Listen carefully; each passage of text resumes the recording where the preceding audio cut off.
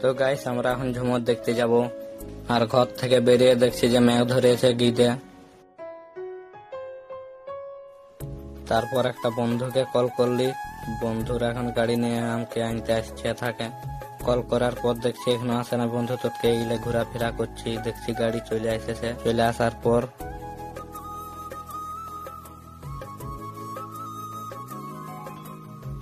গাড়ি চাপেও গেলি, তো চাপার ভিডিওটা করা হলো নাই ভুল করে। তো পার্টিটা জলও পড়ে গেল, বলতে বলতে আমরা এখন একটু দাঁড়িয়ে গেলাম তার জন্য। তারপর জল ছাড়াবার পর বাইকে যেতে হলো, গাড়ি পাংচার হয়ে গেছে অর্ধেক রাস্তায়, গাড়ি রেখে দিয়ে বাইকে যাচ্ছি এখন আমরা।